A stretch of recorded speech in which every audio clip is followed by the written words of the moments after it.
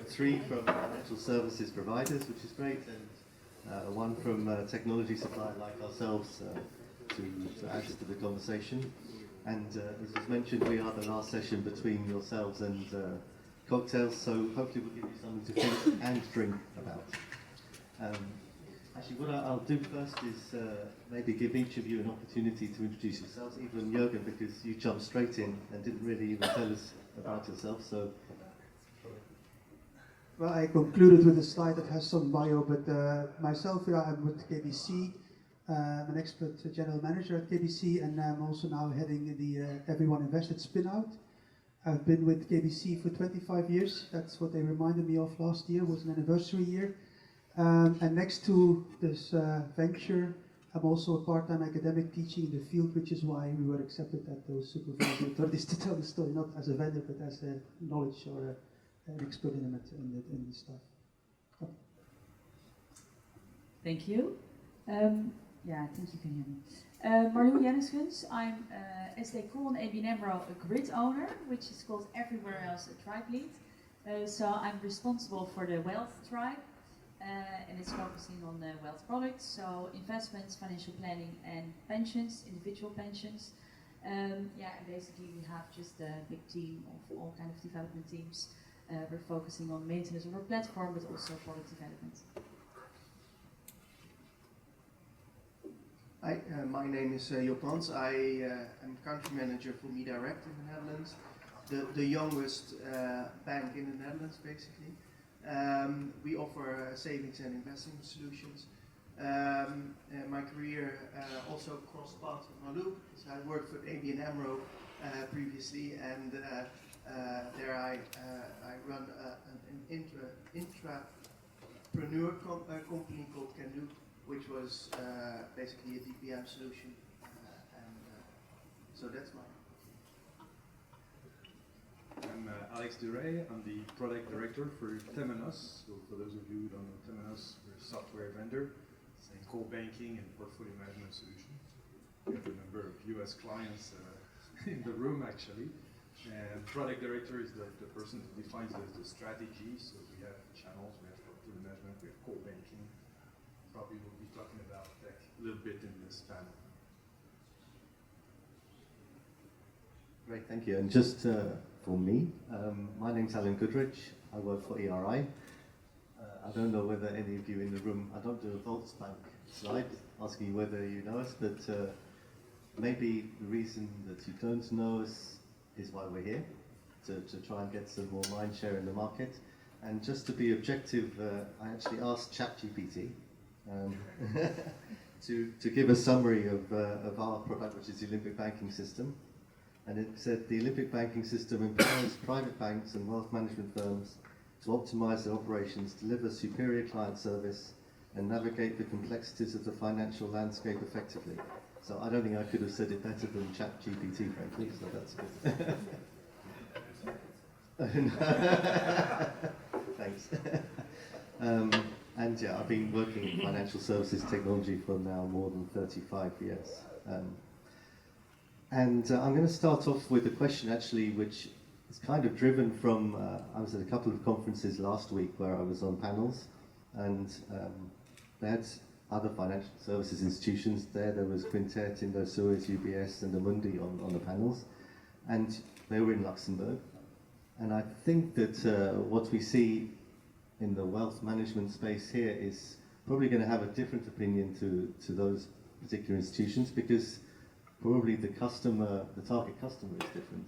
They're sitting in Luxembourg probably servicing international private banking customers, whereas your targets are more domestic. In Luxembourg we don't have a big domestic market. So really the first topic we're going to delve into is what are the strategic choices that you have to make. Those particular institutions see themselves having to move away from the mass affluent markets to differentiate themselves. And I'm guessing that there might be a different opinion in the panel here as to the strategic choices that you have to make and the markets that you want to start or continue to attack. So maybe I'll start with Marlou on that one. Thank you very much. Yeah, so it's about the difference or the customer focus that wealth managers are focusing on. And what we see is that indeed there's various plays, but I think there's also not the luxury for everybody to just choose one play. So what we see is that indeed we see for especially the ultra high net worth customers that there is parties coming in to the market. So actually multi-family offices are growing and they have taken away quite some market share. And then initially your reaction might be, okay, we need to do that, we need to compete against them and we need to fight back. But there's only a few, I think the large international, the very large international wealth managers who have the luxury to do that. So what we have chosen is actually to work with that. So work with the multi-family offices and then see what kind of services they need to service their end customers. And that's very different because they need the right data. If we are providing the product, they need the data to show to their customers. So where we see we can actually play is more to focus on that intermediary and doing that by technological developments to provide the right data through open APIs, etc. So that's really something where we see that we can actually play. On the other hand, that's not the only area where we can play because we are a retail bank in the Netherlands.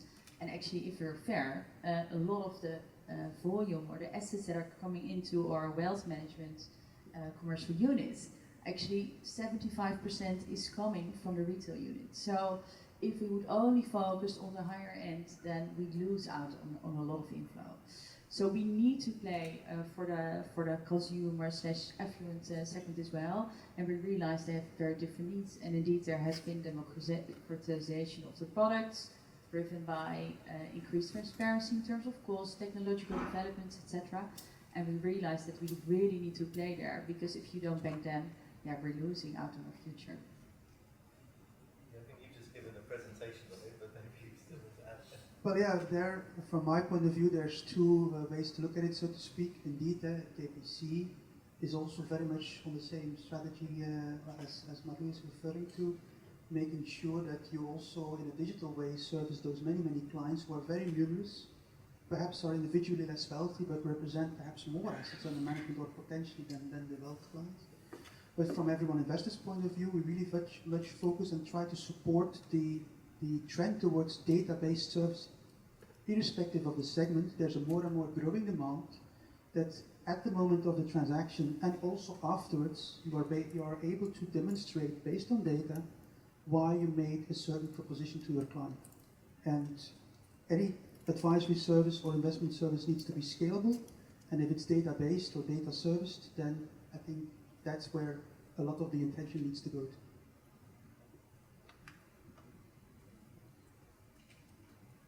It's interesting because I was listening to Jan and I was thinking all those poor retail customers, they basically want the same service. They want exactly the same thing as presented. And I believe that that's the case. I believe that looking at the target audiences, looking at the customers in the Netherlands, you see that the retail customer is becoming more and more, they expect more and more from their bank. And they expect a private bankish solution for their banking offering. And so I'm on the one hand think that you can see that the wealth management private banking is lowering the threshold. So you can see that they offer services that typically were done by advisors and now are digitized, which is a good thing. I think that's a very good thing. But you can also see that the retail customer is becoming more expecting those services now. On the other hand, you have the high net worth customers that are also getting younger and younger, or eventually the older people will die out. So they will get younger and younger and also have higher expectation of digitization. So I expect that those high net worth family offices will start to provide services that are also getting more digital. Maybe venturing into how to digitize private equity, for which is something now you have to go to your advisor for. But those are done digitally as well. You have Moonfair in the UK, which is lowering that threshold basically. So I expect that a lot of services that now are traditionally serviced by an advisor will get more digital, and the threshold of those services will go lower and lower, eventually getting into a retail customer, and maybe in a light version, but they will get that same service. That's my expectation. Am I allowed to disagree? Yes, it was. Not really, but in the types of clients also that we serve, offshore business, large corporations, focusing on high net worth and ultra high net worth, they have very profitable clients. Whereas when you lower the threshold, as you say, the profitability goes down. So in the case of an ABN AMRO with a large domestic market, makes perfect sense for you as well. There's a number of other banks for whom it's not going to work because simply they don't have the scale to offer those services, to find those clients, because they have the platform, they have the technology, but you need to reach those clients, and that's quite hard. So what Jurgen offers is probably a way to get those clients to invest.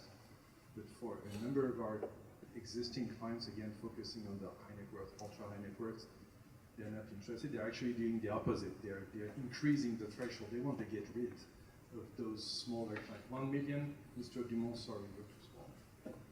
So there's a contrast in the market, and we need to live with that.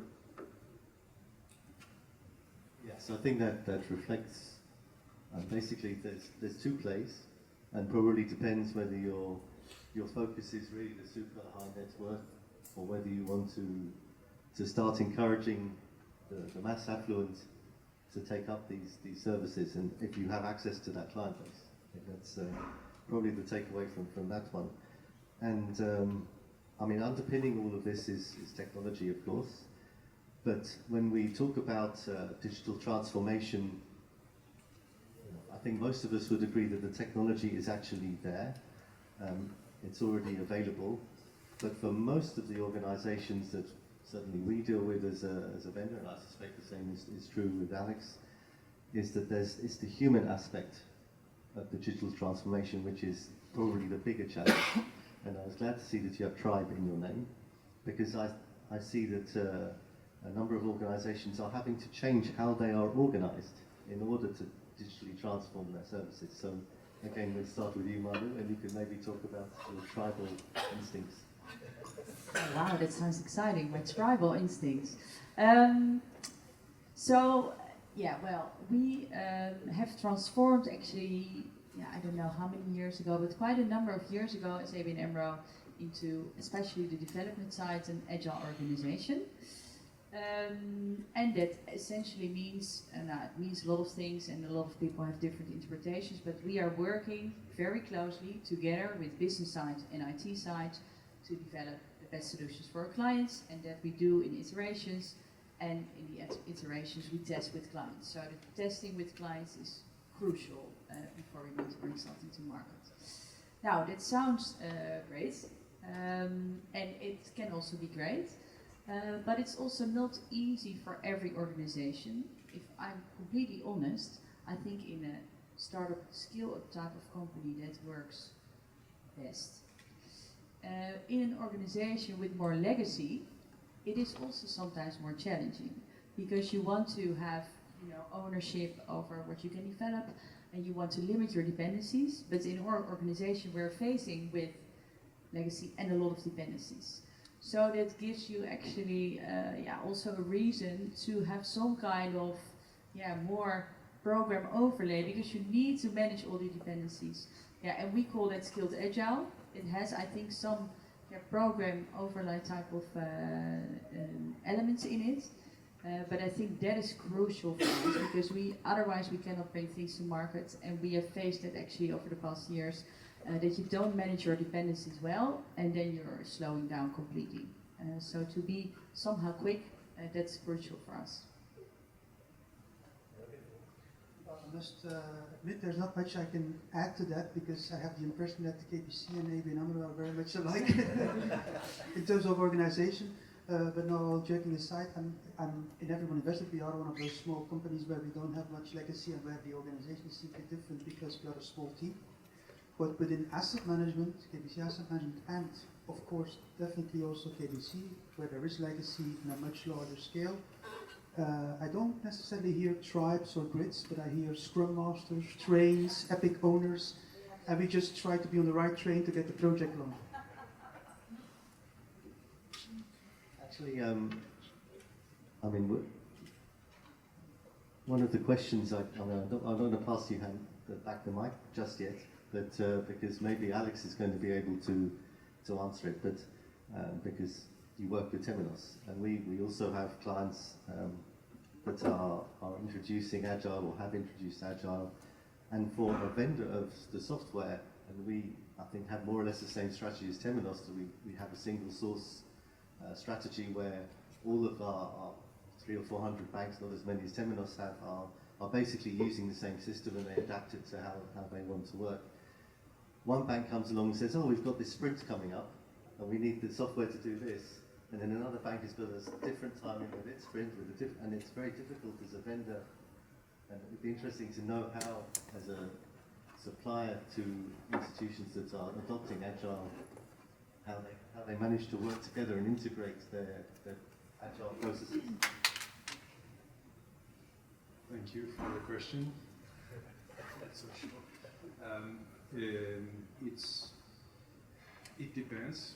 We go at it bank by bank. We try, to be honest, to impose our way of working. We say if you want to be successful, because replacing a portfolio management system, a core banking system, it's like heart surgery. So in a bank, in a career, you do that maybe once or twice in a lifetime, whereas we do it every day. So tell them this is probably how you should do it.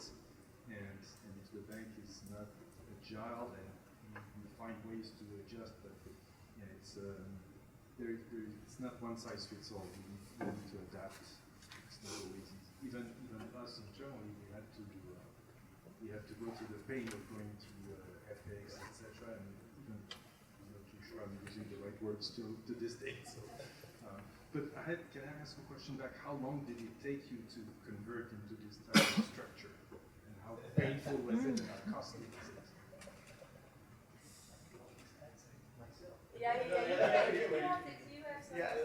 I had that experience because when I entered ABN AMRO, that was the moment that they started with it. It took 2 years, I guess, to really integrate the grid structure. It was painful because it was organized in a product way, and that had to be let loose. So it was difficult. And we're still learning. Yeah. And But I wanted to add to that because you were modest in the sense that ABN AMRO redid it and now focuses on customer segments instead of product segments. So it was the big change 2 years ago, I guess. How did that work? Because I was very interested in how that feels.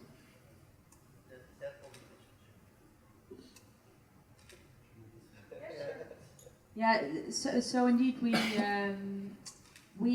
I think it's summer last year or 1.5 years ago, we went from more product-led to more customer-led as an organization. We still have product units and product tribes, but we have various client segments with various needs. So on the one hand, it's great because the customer tells what they want, and the only reason we are here and we're paid every day is to serve our customers. On the other hand, it was and it's still a bit of learning because we now have a lot of different stakeholders officially, and initially that was a bit in a similar organization, and also we realized that different customer segments want something very different. So you all the time need to prioritize, well, what are then the strategies of the bank and how should I prioritize my portfolio? That's not always easy, but I think it's good because we need to start with the customer wishes. That's crucial. So I'm happy that we did it. Great, thank you. So I'm now going to switch a little bit to a slightly different topic that it was touched upon earlier. And basically, financial services as a whole, not just private banking and wealth management, has experienced a tsunami of regulation and compliance over the last 10 years at least. And it doesn't look like it's going to slow down anytime soon. And the EU in particular gets criticised often for taking this regulation first approach. But often it's also cited that the reason for the slow investment in technology by banks is because they're naturally risk averse. They're looking to always manage the risk. And that if they had been more proactive and more innovative, then they might have avoided actually some of this regulation. And if one thinks, I mean, everyone in a room probably is, whatever wealth level you are, you're now used to the Amazon experience, where you can go online, you get proposed products based on what you searched for, you make your purchase, and you see instantly the payment is made. And then you can also go in and check at any moment in time the status of it. Is it being prepared? Is it on its way to you? Has it been delivered? And no one has forced them to do that. There's no regulation saying that they have to be so transparent about the process that they did it. And from a layman's point of view, the question is, well, why have banks not done that? Why can't, I have a conversation with my relationship manager, and I tell him that I want to switch from one fund to another fund, and I sign a document digitally online, and the transaction goes through, and I should be able to see online through my web portal that the order has gone to the market for execution, it's been executed, it's where it is in the settlement process, and none of this really is visible. And that this raft of regulations coming along to fix that, like FIDA, which is going to open this all up. Open banking is already there as well. So, what are the banks going to do to address this, and can they turn this raft of regulation that they have to deal with into something positive in the engagement with the customer? And I'm going to start with you. Thanks. It is a difficult question, and to be honest, it depends on the creativity of both the tech teams, but also your compliance and legal department. I believe that also regulation can be a big opportunity, but it requires a lot of creativity, and I think, but I hope there are no compliance officers in the room, but a large chunk of the risk averse comes from the compliance and risk officers within a bank. And what I see within eDirect is that we actively engage with them when new legislation comes in to search for the right innovation to implement it in our platform. That really helps.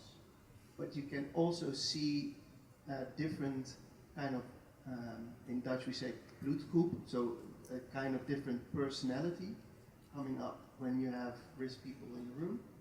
They always see the disadvantages, which is their job, so that's good. But it's also the step they need to set to make solutions instead of preventing solutions is their biggest challenge.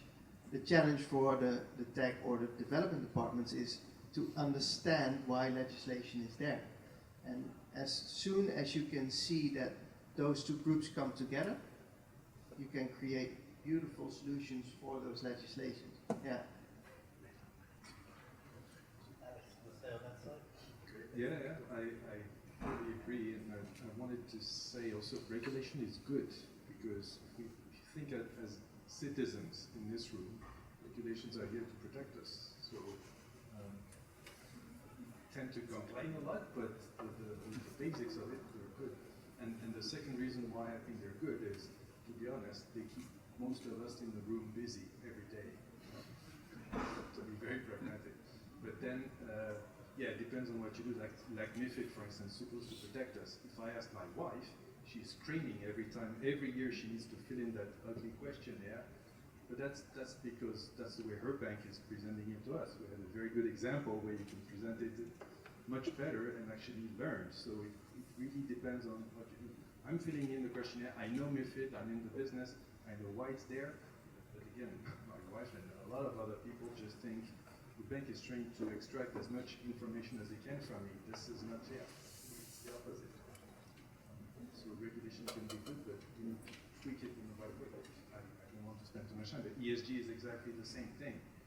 With ESG, you're asking people to help reduce carbon emissions, etc. You just need to present it in a positive light.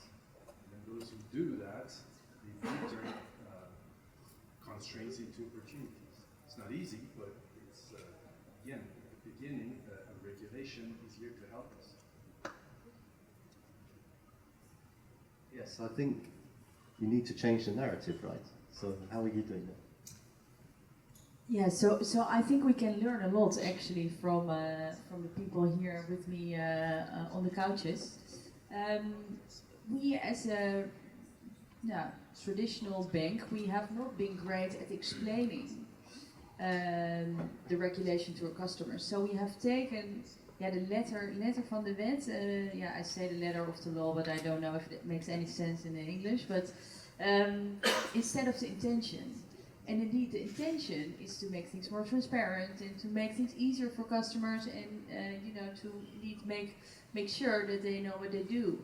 And then, actually, what we sometimes have managed to do to make it totally not understandable at all. So with 100 disclaimers, try to explain something, and that's where the crux is. I think the people and the companies who are making it easy and thinking about the intention of the regulation and showing that to the customers, those are the ones that can turn this into an opportunity. And I think we as banks can also smartly work with those kind of companies that are doing that very well. And then that makes also our second line people a bit more comfortable. So I think that's the way to go. Okay, well, I will try to add two elements to that.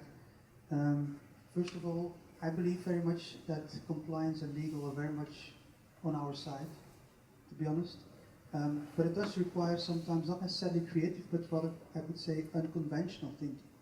The example I refer to with this micro-investing solution, if you look at it as investment made easy, everybody thinks about MiFID and investment regulation. Looking at it as payments made more valuable, same regulation applies, but maybe it will allow you to convince legal and compliance that 2 less disclaimers can be taken care of. And with respect to the regulation, yes, I mean sometimes or most of the time perhaps the financial sector is in the defensive mode, but also there, I mean it's in our own benefit to be somewhat more proactive, because luckily also on the regulatory side, I could say there's lots of conventional thinking. I mean if you look at the projects and the consultations that came out in preparation now of this retail investment strategy, many of them focused on we should increase compatibility. You know what? We will impose websites where you can compare funds, and we will make sure that switching costs are lowered. So FIDA, that's if you are more, again, proactive, there's lots of things you can do to differentiate yourself, accentuate your own added value as a bank in a world where indeed there's more easy to compare and it's perhaps easier to switch, because that's also the same for Amazon and other online platforms where you can buy stuff. I'm going to stay with you, Jurgen, because I mean during today a lot of today has been about AI, and we've also been hearing about fintechs in earlier presentation, and I think what would be really great, because we saw a lot of use cases where they get to maybe the POC stage, but not necessarily are actually put into practice yet. So I'm going to ask each of you if you have actually a use case for either AI or another fintech solution that is actually being used in anger in practice. Well, I can, but it's not a use case of everyoneINVESTED. I must stress, because it's not that we are allergic to AI, but for example, in the context of risk profiling, supervisory authorities test pattern recognition, saying, the payment expenses and so on, and the payment transactions of Marlou look like those of Jurgen. Jurgen is dynamic, hence Marlou is dynamic, no passant. But of course within KBC there's lots of use cases, some of which have been mentioned today. One of the use cases I did not get here, which we at asset management have experience with, is a fund managed based on AI models, where there's still a human supervision. That was mentioned, I think, in some of the use cases as well today. But it's really starting from an investment universe, like any portfolio manager would have at his or her disposal, and it's running based on AI models. What kind of deviations or different positions from a benchmark will be taken based on analysis, which consumes lots of economic data, lots of models, and then reporting an asset allocation, which, with the final consent of a human, is then translated into an allocation. We launched this fund in 2020. I don't know exactly by heart how much, but I think it was definitely over 100 million euro is now in there as client money. So pointing at the fact that it's niche, I think it's positioned towards private banking in Belgium, but having real client money in there also makes sure that everybody is looking at this with the right intention and making sure that it performs as it should. Yeah, so use cases, right? Well, yeah. So we there's a few strategies that you can exploit. You can, of course, you can build things yourself. You can partner or you can buy. We do quite some partnerships as well with fintech companies. But now I wanted to pick a different example because of also recent news for ABN AMRO. So we have decided to partner through buy strategy. So we have in December announced the acquisition of Bucks. That is a neo broker, so a big, large growing neo broker in Europe. And we have contemplated all kind of different strategies, but yeah, we quite deliberately said that we wanted to do it like this.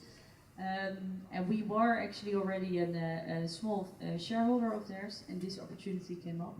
And we thought that would be a very good way to attract the younger generation. Because we, as Jaap explained as well, it's not so easy to rejuvenate and attract younger generations as a brand, but also not with our digital experience. So we thought instead of trying again to build something, we're going to do it in a different way. And now we're going to acquire, because it's still subject to regulatory approvals, but we're going to acquire this company actually, yeah, mainly because of the brand that really attracts younger generations, and also because of their state-of-the-art technical platform. And it would have taken us many, many years to build it, and maybe we would have stopped or we would have failed in the meantime. So this is a strategy we're currently exploiting. So a little bit of strategy. We want to be the private bank for everybody.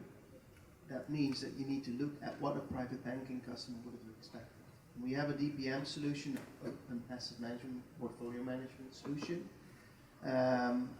with a low threshold. And what a typical private banking customer would expect is a very good report on their portfolio. And preferably that it is tailor-made and not a generic statement of the bank. So a couple of months ago we started implementing an LLM system to look at those statements and try to tailor it to the customer needs, the goals, but also to integrate data points from numerous data sources to enrich that data as well. And it's not like yet, but give or take a couple of weeks. That's our first step in A, implementing our strategy, but also B, working with a first case on actual integration of AI into our platform. And super excited. It looks amazing, as in it is something you would expect from your private banker, but it is something that is very tailored to that customer, but from a retail perspective. So it's very and fun to do. We have a similar example in mind. Before that, we have something called explainable AI. So before Gen AI, which is now the big topic of the moment, there was also explainable AI that it's an acquisition we made, and it's tells you, that gives you insight, but that can explain where they're coming from. And the first use case was credit scoring. So if you apply Gen AI to credit scoring, good luck. Because you can't really, even if you have some disclaimer at the end, it won't work. So explainable AI is about telling you, I've been running, I don't know, 100 rules, and these are the most positive ones, the most negative outcomes, and this is where I managed to draw this conclusion that I'm going to allow this credit for this client. So you can actually explain where the decision is coming from, where the suggestion from the tool is coming from. And this can also be used for other things like client attrition. What's the risk of losing this client? Same thing, you come up with a score based on this, and that rules.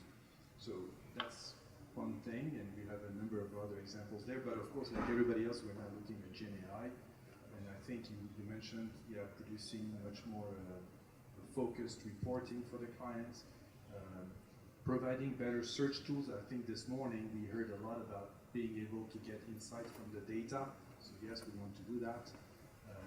And even for our own purposes, I think one of the basic use cases, I think it was also mentioned this morning, if you look at Jira, etc., just for a company like us with a big help desk with tickets coming every day, it's going to simplify the lives of our people in the back office just to be able to ask a simple question, has this case occurred before?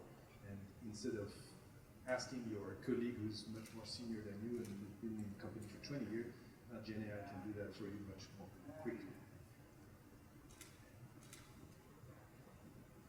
Great. Well, yeah, staying with the technology theme, and hearing your use cases and also the other conversations that have been going on today, we see a lot of financial institutions are working with fintechs, and they're trying to innovate whether it's the customer experience or other areas using fintechs.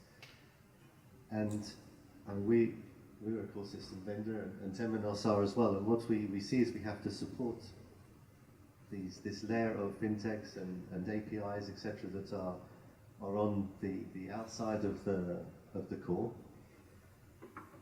And as Alex mentioned, for institutions, changing core can feel like a heart replacement. And indeed, I think sometimes changing core is being described as a CEO killer.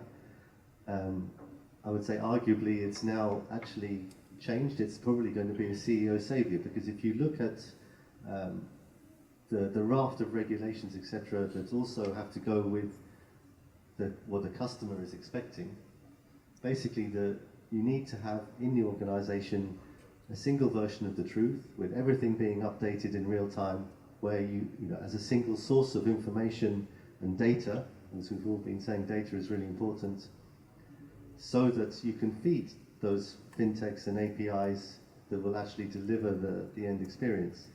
So yeah, my question is to the panel is really, do you see changing core system now as being really what is required by some institutions? Not necessarily your own, because some of you maybe have already gone through the pain of having a heart transplant, but do you see this as being really necessary for some of the institutions that are running legacy siloed systems? Yes. Yeah, but changing core, it all depends on short-term, long-term vision, basically. Short-term, maybe you'd be killed by your colleagues if you change the core banking solution, but I think it's communication to your stakeholders that it is a long-term solution for a lot of problems. And indeed, data is is super important.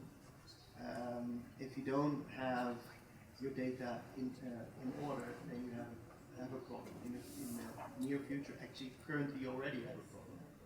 So yeah, changing core banks to merge that data to make sure that it's a one source of truth, fully agree. And if it's a CEO killer or savior, I think it depends on communication. It depends on long-term, short-term communication. But yeah, if you haven't done it yet, you need to do it. Yeah, fully agree. unbiased to answer this question. What we see from time to time, if I want to be controversial a little bit again, you can survive. You can patch your system. You can put a data layer on top of it, and you can keep your mainframe for a few more years. The problem, I think, is the people who can maintain this mainframe are going to retire at some point. That's probably where technology, I think, you can still survive, but at some point you're taking a greater risk.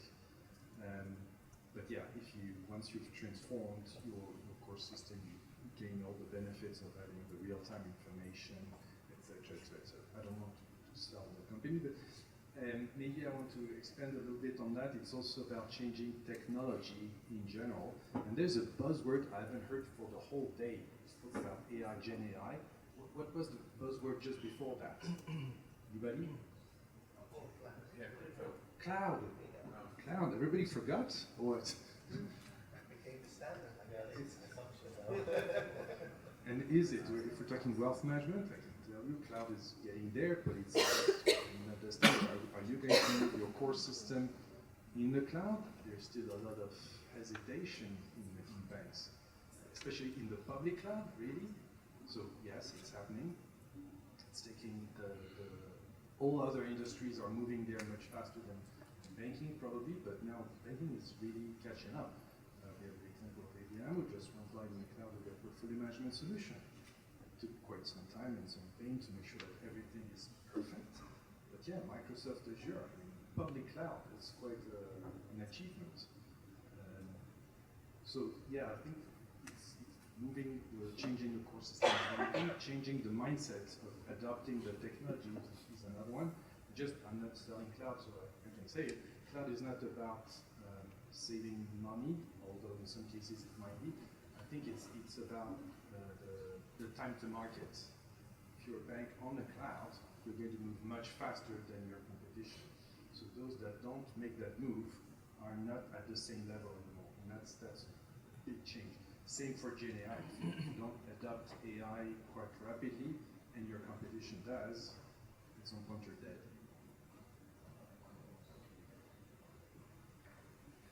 Yeah, and we were discussing it last night over a glass, and I think you mentioned that you have a fear that all of these fintechs that you're either working with or plan to work with, not all fintechs work out either, but you're in a way in danger of creating new spaghetti where you were trying to replace the old spaghetti.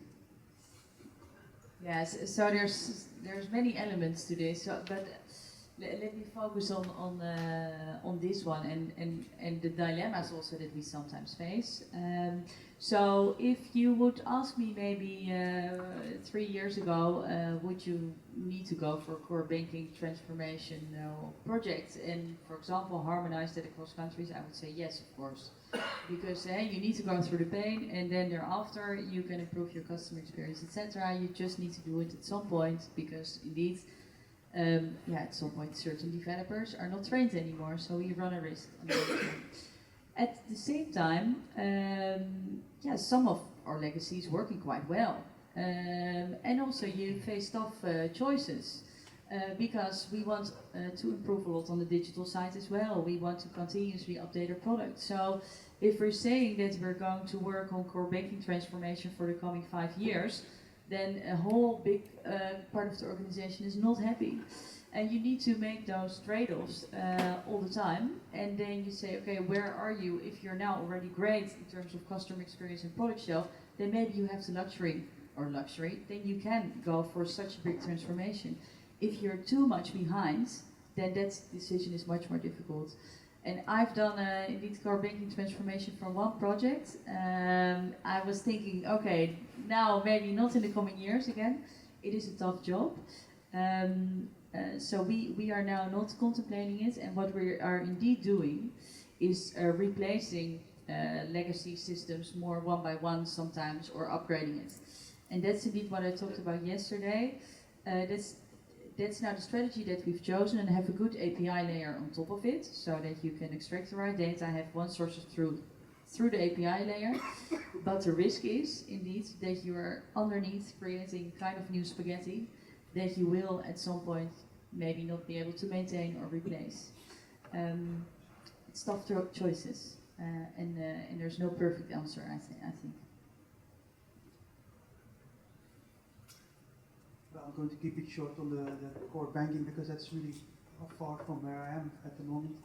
But for example, at the KBC Asset Management again, where I was not a surgeon, but I was in the operating room, let's say, we also, over a multiple year period, changed the core portfolio management system, which was also very much, actually the project name was referring to a heart surgery, as you referred.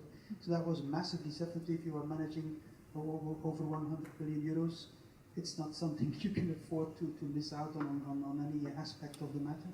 So it was, I don't know if it was a CEO savior or anything else, because the CEO is still there, but it was definitely also motivated by legacy and not being able to support the system that we had. So.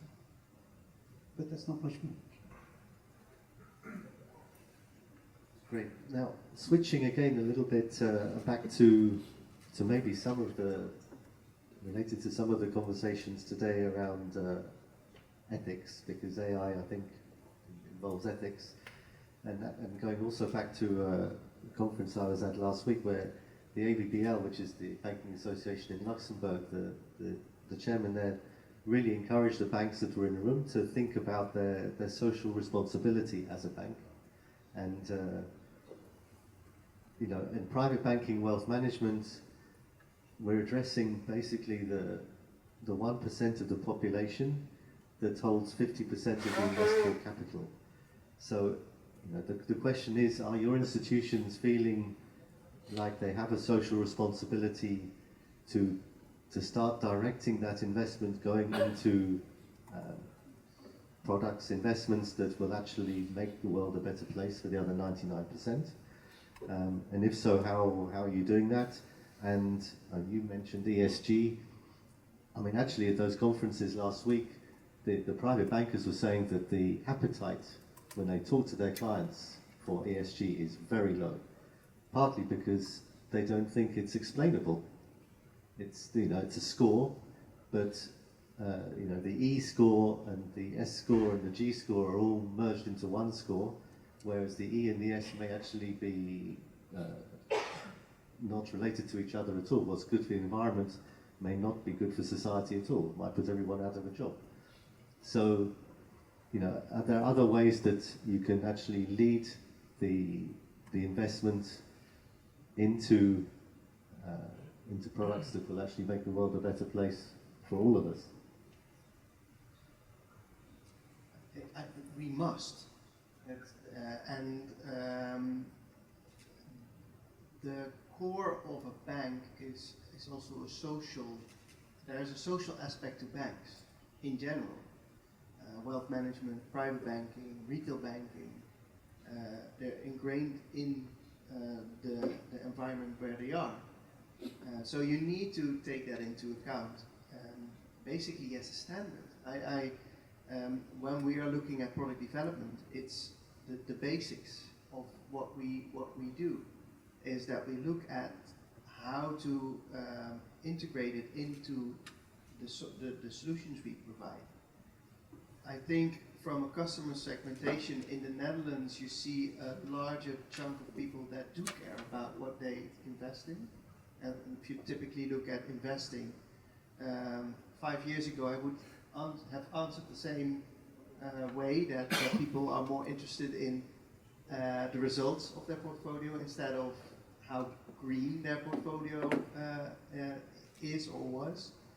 That is changing. I think that aspect of how their portfolio is impacting the environment is becoming more and more important. If I look at the Kantar research or retail investor research done recently, you see that ESG and thinking about investing in a social way, I think it increased from 30 to 45% of people that invest take it in consideration when investing. So also from a business perspective, if we don't take it into consideration, we're basically losing out on customers. So yeah, it is something you need to do, especially for the customers we are focusing on. Just follow it up with because it was mentioned earlier about the great wealth transfer. And is this also a tool to get the next generation?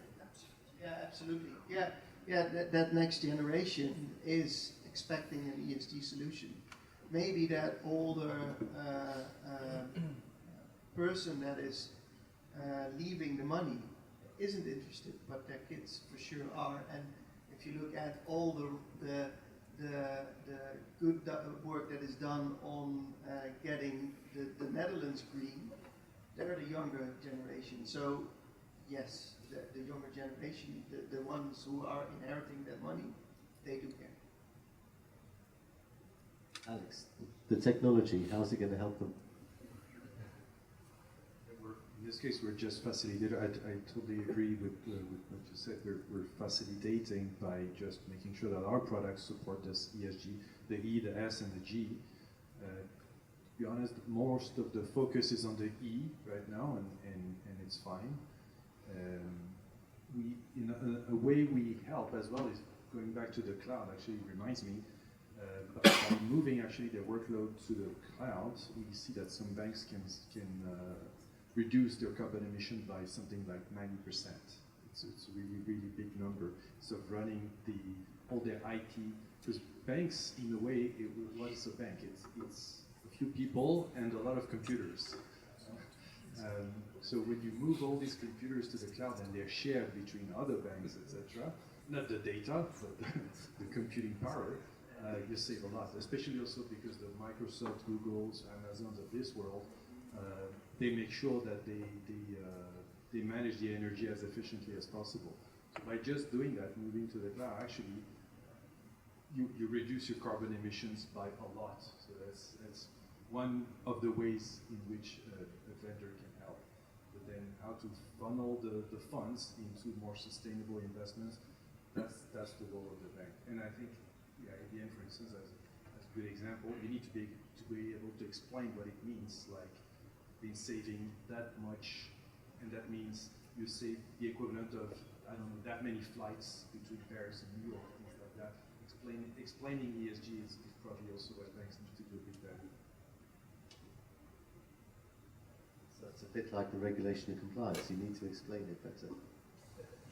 Yes, yeah, so that's one element, and on the other hand, I agree with also what Job mentioned. For the younger generation, this is really crucial. We are making quite a big push, especially with the mandates that we can influence, to make sure that that they are either ESG or impact related. But the other side of the story is that we have also a lot of tough conversations with clients. And if you don't have the right benchmark, for example, clients are comparing that with results somewhere else that are maybe not ESG or don't have an impact offering, and they just say, well, we lost quite a bit of performance. Bank, ABN AMRO, how are you going to explain that? So it's a dilemma. We need to do it. We want to do it. It's in line with our strategy, and we have a purpose, banking for better for generations to come. But it's sometimes compromising happiness of current customers versus, future customer happiness. Well, maybe to conclude from my side, I think the mission that we are on with Everyone Invested is very much inspired from KBC's importance that they see as their role in society. Trying to get people in a risk mitigating way access to investments, more people, tools for conscious decisions, and so on. That's what we are on. But with respect to sustainability, last week KBC was in the news in Belgium because they did a survey on the awareness on sustainability, and as always, the focus was very much on investors. But there, what came out, I think, as a relevant message for today or your question, is that yes, many people state that they have personal values that they would like to see reflected in the investments that they make. But it does not necessarily categorize as E, S, or G, and that's indeed, I think, where the explaining still has to be done, even though it might be legally compliant, that the ESG preference is part of MiFID and so on, but making it, again, an opportunity to get the preferences of the client in the portfolio that they offer, that's perhaps still where work needs to be done. Great, thank you. So, yeah, we've got 2 minutes left before the thinking and drinking can continue. So with those 2 minutes, I'd like to give each of you an opportunity just to quickly give what you think, not necessarily from our panel conversation, but it can be, what the big takeaway for you from today would have been. Well, I think trying to overview the day, perhaps it would be interesting to feed to the content of the different presentations and ask ChatGPT to give an executive summary, because I think there's lots of opportunities if you combine the lessons learned from the various use cases and then the specific context of investing with the focus on wealth and on the other hand, let's say more retail mass affluent. I think there's lots of opportunities if you would combine all of those. And that's, I think, what the interesting thing of the drink is now for the next 2 hours, at least. Yeah, well, so it has been a lot on AI, of course, and it has been on wealth management. And I think for me, the promise of AI, that will mean a lot for the wealth management industry. So we can for sure benefit from it in a tremendous way. And I think for me the biggest driver for the transformation of wealth management will be the future generation. Because they will need digital services, everything available at your fingertips, super convenient, and access to a professional wherever they need it. A lot will be powered by AI in the future. But I think the ones who can play that well and really now already focus on the needs of the future generations, they will be the winners. And the ones that are not doing that, they will slowly lose their position. So in that sense, if you snooze, you lose. Alex?